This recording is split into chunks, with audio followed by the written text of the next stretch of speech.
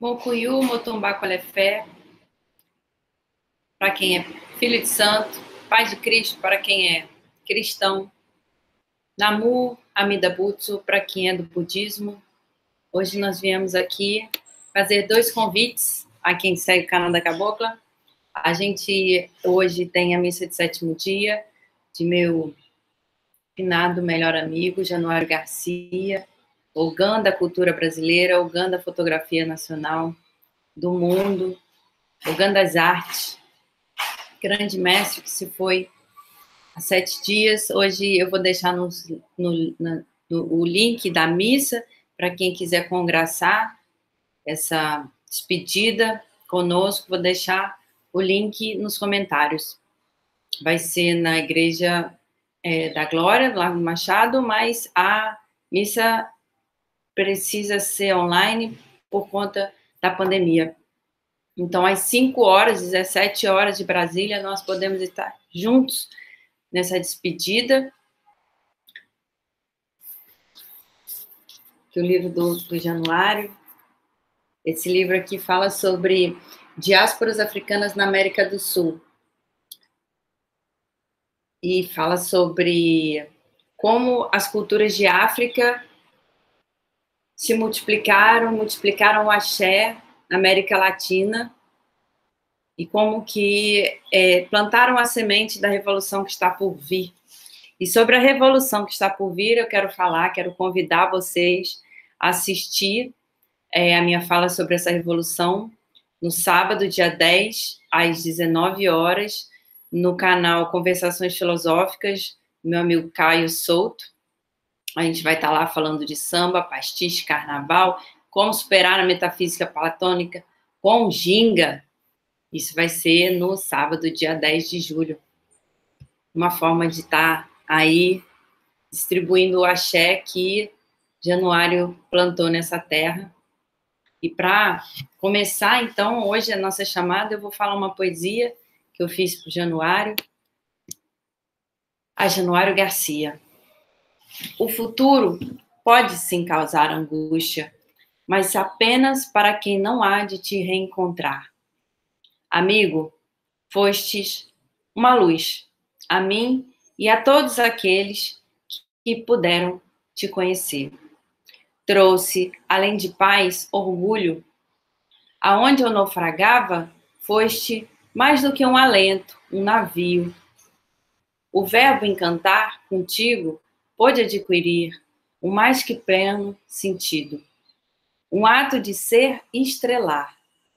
Se agora lágrimas me vêm à face, acalmo a garganta que teima em se fechar, dizendo-lhe da sabedoria que tu me ensinaste a respeito do agora como um ato de espera, do quando em que haveremos de nos reencontrar.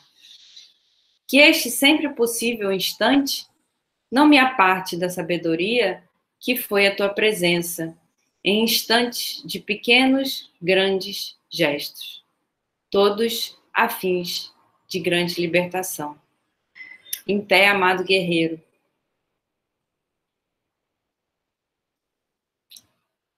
E aí, essa despedida, que seja no axé, que seja na energia positiva dos que estão aqui para continuar a luta. E sobre essa luta que a gente vai falar sábado, eu queria dar uma palhinha do que vai ser dito, que é sobre a qualidade da reencarnação no âmbito da América Latina.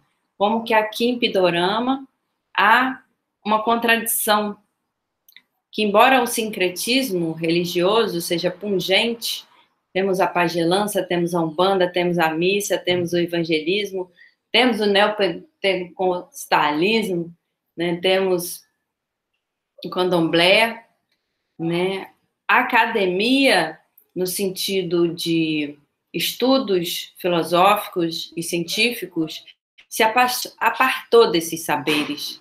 Né? A academia, na sua origem, a academia grega, era diferente. A academia platônica, ela nasce com a palavra templo.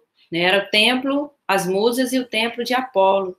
que depois vai ser academia, em homenagem a um grande herói, Academus. Agora, no Brasil, o entusiasmo evangélico, ele se dá também, né? A gente tem na igreja evangélica um entusiasmo grande. A palavra entusiasmo vem do grego. Entusiasmo é en theos. Theos é deuses. Entusiasmo é cheio de deuses. E o entusiasmo, o aspecto dos evangélicos serem cheios de deuses, contagia muito da cultura brasileira. Então, o fato dos evangélicos irem no domingo, ou às vezes no sábado, com aquela energia poderosa, poder falar, discursar, muitas vezes um discurso de ódio, mas na grande maioria discurso de persuasão contra a existência de Deus e contra a necessidade da gente seguir o caminho divino, ele é muito energizante e a gente não pode desfazer desse conhecimento, né? E o entusiasmo de esquerda, a gente está vendo nas manifestações que é um baita de um entusiasmo também, né? Ao seguir a certeza de que você está lutando pela Mãe Terra, não tem entusiasmo maior, talvez, né? A Mãe Terra, no chamado que ela nos faz saber da necessidade de lutar por ela, nunca que a gente vai deixar esse conhecimento de lado. Mas os dois entusiasmos estão entrando em contradição na cultura brasileira. Uma contradição que está causando asfixia da nossa política. Como que a gente resolve isso? Eu acredito que o entusiasmo do povo evangélico pode ser, sim, um bloco no desfile do carnaval. Vai ser os blocos dos homofóbicos, bloco dos bolsonaristas, que a gente não pode também desfazer completamente dessa característica que ficou sendo da cultura nacional, porque senão a gente vai estar sendo como eles. A gente endemonizando os Bolsonaro, a gente vai estar sendo como eles. Então, como que a gente pode fazer antropofagia? Como a gente pode gingar, rodar poeira e subir mais forte? Como, com certeza, Januário gostaria que a gente continuasse aqui fazendo. A gente não pode se transformar em seres desumanos. A humanidade tem que prevalecer, capaz de encantar. E como que a filosofia pode nos levar a isso? Esse é um desafio, porque a filosofia que a gente conhece hoje na academia, ela se resume a palavras rigorosas com relação ao discurso. E a filosofia autêntica, ela não é assim. A filosofia autêntica, ela é como uma escola de samba, é como um time de futebol. Você morre pela filosofia, você morre por um time de futebol, você dá a vida por um time de futebol. E quando o jogador não dá a vida pelo time de futebol, o jogo fica ruim, não tem jogo. Quando uma passista de escola de samba não dá a vida pela escola de samba, não tem carnaval. E é assim a filosofia, a gente tem que dar a vida por essa possibilidade de conhecimento do que de fato é a morte. Eu tive uma vez em Atenas, no Congresso Mundial de Filosofia, que se deu em 2000, e me causou muita impressão a compreensão de que lá se dá filosofia a partir dessa discussão com relação ao que vai acontecer depois da morte, para onde a gente vai. 70% dos discursos na filosofia lá eram sobre para onde a gente vai depois que a gente morre. Sendo a cultura grega atual extremamente cristã ortodoxa, né, com algumas retornos para o politeísmo grego, né, algumas seitas, mas hegemonicamente de um cristianismo ortodoxo, se dá essa compreensão de que a discussão sobre o que vai acontecer depois da vida é a essência daquilo que a gente pode descobrir. Então, hoje a gente tem uma série de problemas filosóficos, né? E quando você escolhe um filósofo, escolhe uma filósofa, é para resolver esses problemas filosóficos. O problema sobre o ser. Eu não gosto do problema do ser, eu gosto mais do devir, então eu escolho o Deleuze. Não querendo desfazer da autenticidade do Deleuze, a gente fica fica referenciando os filósofos europeus e esquece da autenticidade da nossa cultura, que é uma cultura com raízes indígenas, quilombolas, que já vem discutindo essa questão do que acontece na vida após a morte há 13 mil anos, e que a gente desfaz esse conhecimento em proveito de uma filosofia europeia. Então, quando você faz filosofia assim, você tem uma série de problemas filosóficos, e aí você escolhe um filósofo ou uma filósofa para resolver esses problemas. Aí, se tem filosofia, isso é filosofia?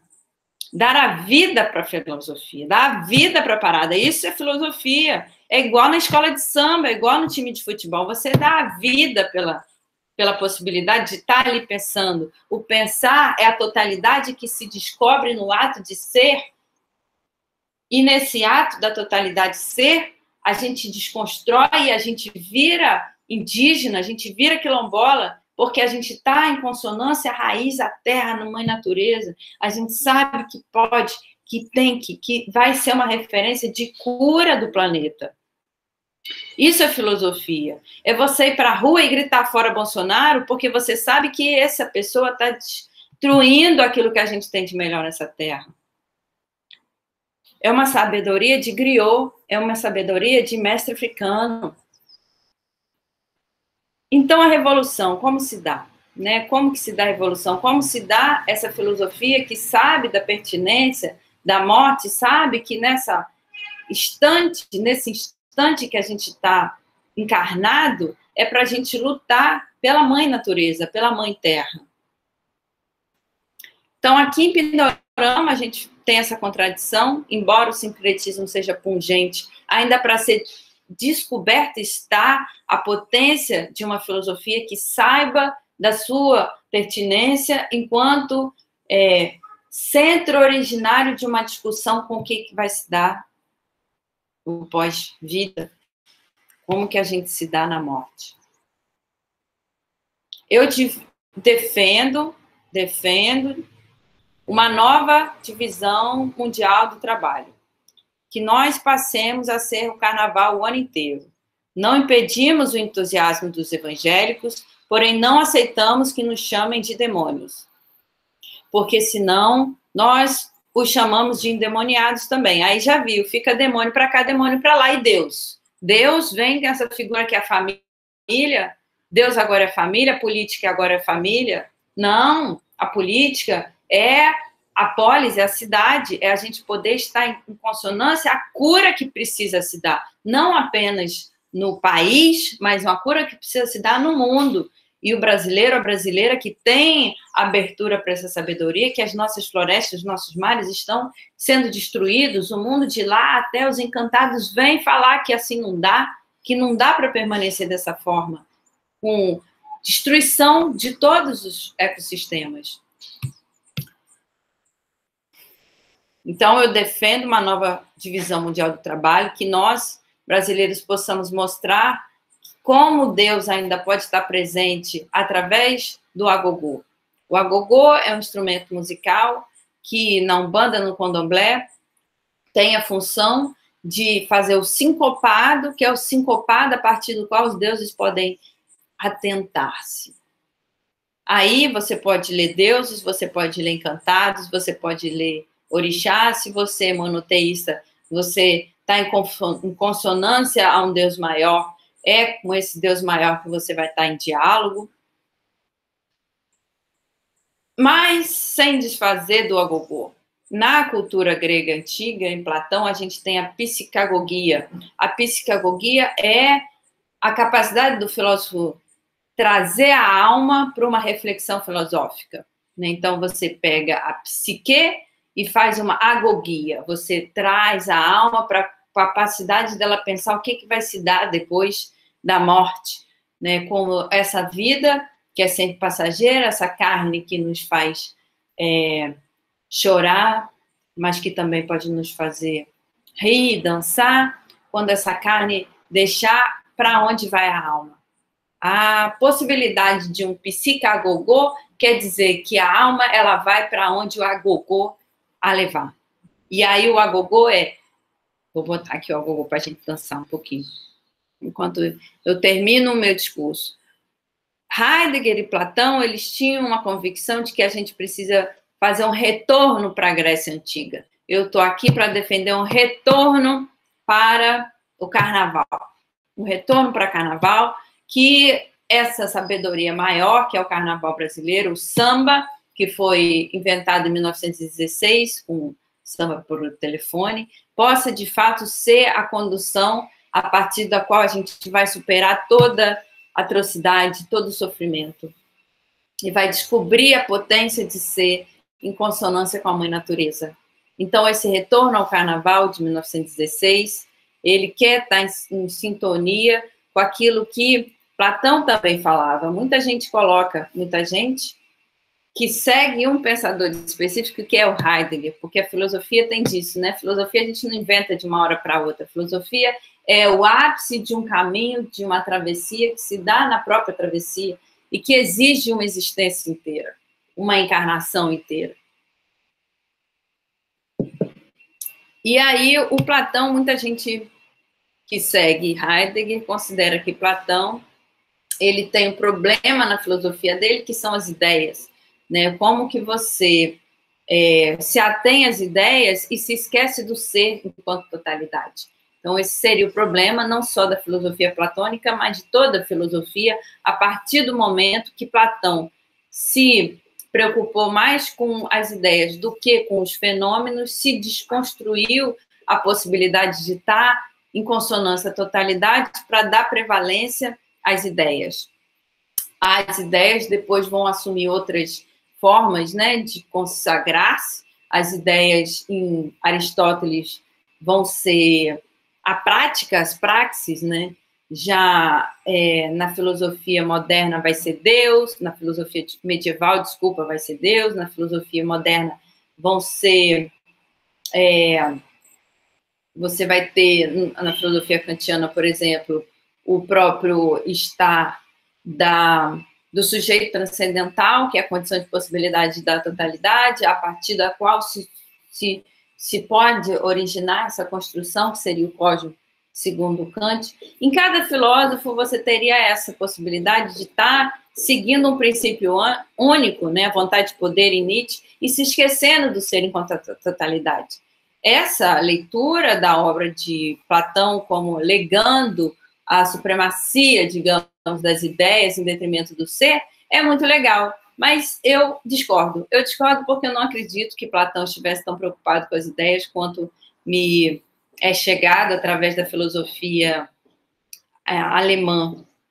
Considero que a obra de Platão, ela se abre muito mais para uma sabedoria que quando você começa a ler Platão, você, quero encontrar sabedoria. E o que te cativa na obra de Platão, no entanto, desculpa, o que te cativa, né, o que pode cativar na obra de Platão não é tanto aí as ideias, a sabedoria, mas é o erotismo.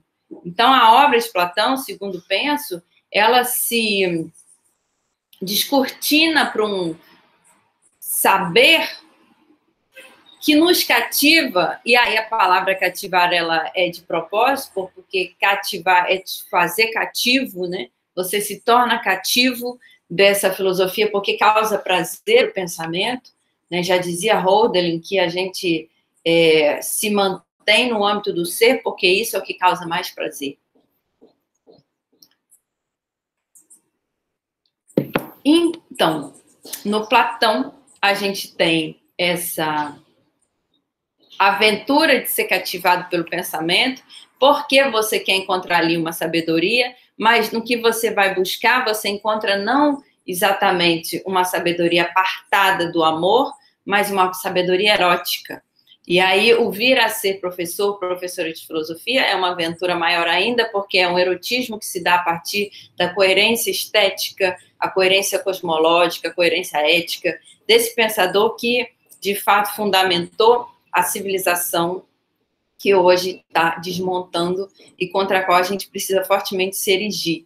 Então, quando a gente fala, poxa, Platão, ele legou um erotismo que cativa, de fato, a gente tem um problema aí, que é o problema da gente se deixar cativar por uma civilização que está sendo destruída e que está destruindo a mãe natureza. Então, agora, na quarentena, é a oportunidade que a gente tem de fazer uma virada. Que a gente pode virar é numa noite, num dia. É você dormir e saber que no dia seguinte você vai estar acordado para lutar pela Mãe Terra. Isso é a revolução. Isso é a gente poder estar aberto para essa verdade maior. Que o erotismo que tem Platão não é nada frente ao erotismo que a gente pode ter no carnaval. E essa sabedoria está escondida na obra de Platão, mas poucas pessoas se atêm a ela. Que é a seguinte, no livro 5 da República a gente tem a koinonia. A koinonia é o comum, que depois vai dar o comunismo em Marx, mas que em Marx não tem música, e se não tem música, não tem Platão, não tem sabedoria, não tem erotismo. A sabedoria de Platão está na música, e na música que agora a gente pode saber que no Brasil já deu tanto o que libertar no mundo afora. Então, essa libertação que o carnaval trouxe para o mundo, que a gente pode trazer como uma fonte inesgotável de um trabalho que o brasileiro já vem desenvolvendo, que é um trabalho voltado para a paz mundial, que se dá a partir do samba, que a gente possa retornar a essa vigorosa forma de existir. E aí o ideal não é mais o bem, o ideal, no livro 5 da República, é a mulher pelada. Lá a gente tem uma mulher pelada, Platão fala que todas as mulheres têm que ter pelada, no meio da República. Sócrates vai falando que isso pode dar ao ridículo, isso pode fazer as pessoas rirem, pode ser muito cômico, mas que tem que ser mulher pelada, criança, todo mundo cuidando. Não é uma família só que tem que cuidar da criança. Criança dá trabalho pra caramba. Tem que ser a comunidade toda cuidando da criança. Então, isso é o comum. É mulher pelada e a mulher podendo ser rainha, podendo ter função de liderança, mulher pelada, de um lado, as crianças sendo cuidadas por toda a comunidade, de outro. Isso é koinonia. A gente já tem essa realidade. As tribos indígenas já têm mulher pelada, tem as crianças sendo cuidadas pela comunidade. Nas escolas de samba mais autênticas, a gente tem mulher pelada, a gente tem as crianças sendo cuidadas pela comunidade, e essa sabedoria a gente tem que resgatar. Quem é capaz de fornecer um novo ideal que substitui o bem é a porta-bandeira. Como disse a nossa grande mestra, Lélia Gonzalez, a mulher negra no Brasil, ela tem a possibilidade de ser rainha só no carnaval. A nossa meta é fazer com que a mulher negra seja referenciada como rainha todos os dias do ano, porque só assim a gente vai conseguir alcançar a revolução. A partir do momento que a mulher negra ela poder ter esse lugar, esse status, esse âmbito, que é o âmbito de ser ouvida, de ter ato de fala e desse ato de fala repercutir numa nação.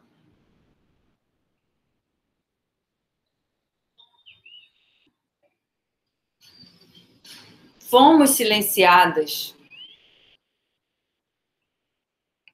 Por mais de 300 anos, fomos silenciadas. Agora chega a hora de dar um basta. Quando eu falo ideal da porta-bandeira, eu estou falando do ideal de uma mulher que tem a missão na Terra de carregar com si, através do gesto de portar a bandeira, é a escola inteira.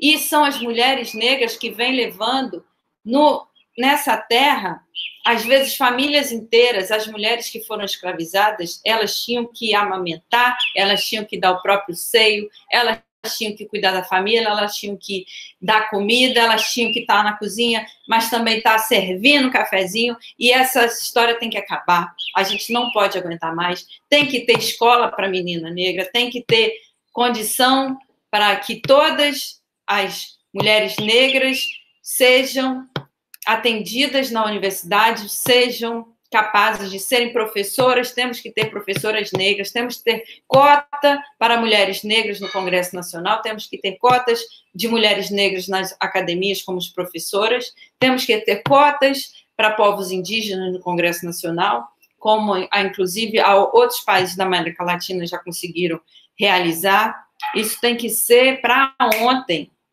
A gente não pode aceitar que um país enorme, gigantesco como o nosso, seja governado apenas por evangélicos e pela bancada ruralista. Isso é inadmissível. Nós estamos numa época que é pior do que a Idade Média em questão de divisão de poderes.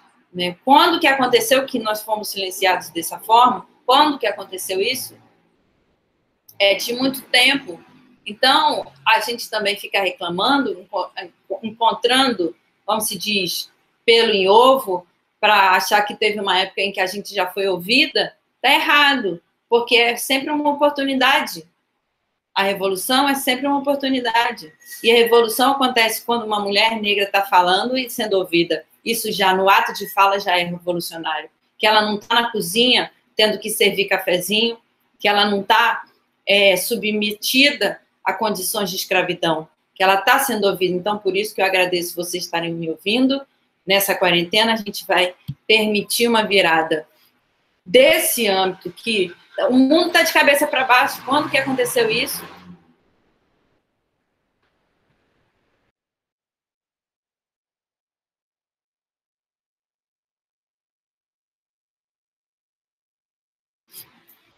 Bom, falei demais, falei muito. Na verdade, eu queria só mandar um axé e o convite para a missa do Januário 8, sétimo dia, às 17 horas.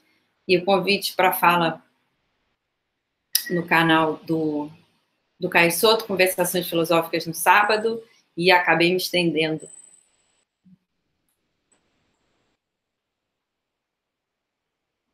Fascistas, racistas não passarão.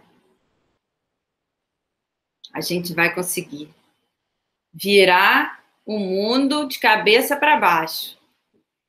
Não vamos mais deixar sendo esse país guiado por filósofos e filósofas europeus, europeias, quando aqui na Terra a gente tem sábios e sábias capazes de vigorar, fazer vigorar uma sabedoria muito autêntica e capaz de resgatar esse ser africano, esse ser indígena que é capaz de cuidar da terra.